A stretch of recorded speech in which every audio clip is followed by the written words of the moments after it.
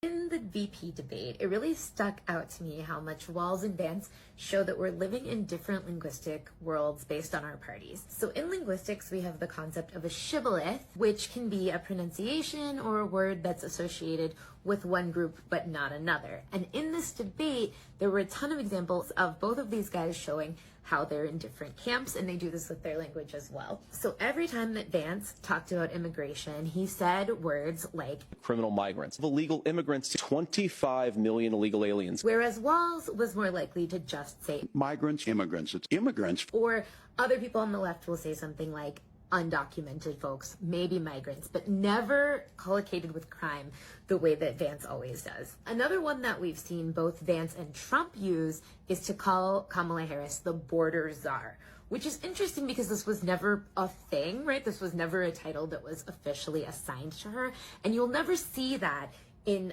sort of Democratic-leaning media sources or left-leaning media sources. It's exclusively a term used by the right because the frame is to paint Kamala Harris as ineffective on the border. And it's another term that Vance used this evening. When she became the appointed border czar, was to undo 94 Donald Trump executive actions that opened the border. So the media environment you live in affects the language that you use.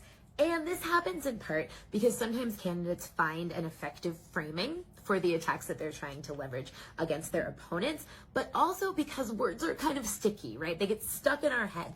Maybe you found yourself just like repeatedly saying the same word a bunch of times in the same day.